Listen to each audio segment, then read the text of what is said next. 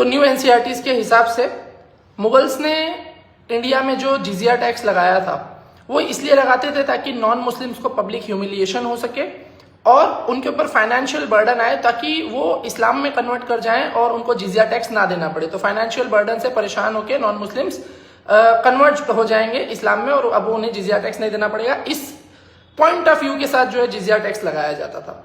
तो सबसे पहली बात, मुगल्स ने जिजिया टैक्स नहीं लगाया था। जिजिया टैक्स वॉज स्टार्टेड बाय और स्टैब्लिश्ड बाय कुतुबुद्दीन ऐबक। तो ऐबक डायनेस्टी से वो चलता आ रहा था। दूसरी चीज, जिजिया कोई कन्वर्जन टैक्स नहीं होता था, ये होता था प्रोटेक्शन मनी। एक मुस्लिम हुकूमत में नॉन मुस्लिम्स को प्रोटेक्शन प्रोवाइड करने के लिए गवर्नमेंट जिजिया टैक्स लेती थी कि हाँ, अगर आप हमें जिजिया दोगे तो it will be our responsibility कि आपको कोई परेशान ना करे, कोई सताए नहीं, और अगर कोई ऐसा करेगा तो we will look upon it, कि हम उसके बारे में मैटर को देखेंगे। ऐसे ही सेम टैक्स छत्रपति शिवाजी महाराज भी लगाते थे।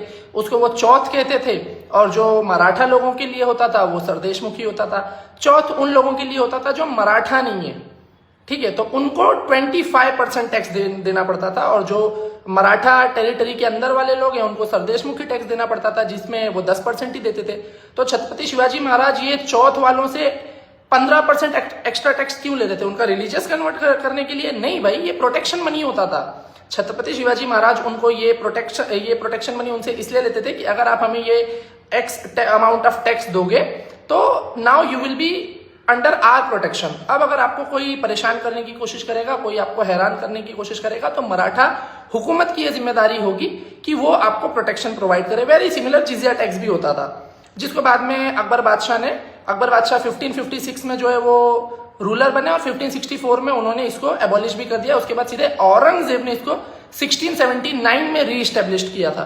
तो अकबर के बाद जहांगीर ने ये टैक्स नहीं लगाया, शाहजहां ने ये टैक्स नहीं लगाया, हाँ औरंगजेब ने 1679 में ये इस टैक्स को दोबारा से रीइस्टेब्लिश किया। तो पता नहीं अब ये एनसीईआरटी किस पॉइंट ऑफ व्यू से और कहां से ये नॉलेज लेके आ रहा है और क्यों ये सब ऐसे कर रहा है, मुझे नहीं पता।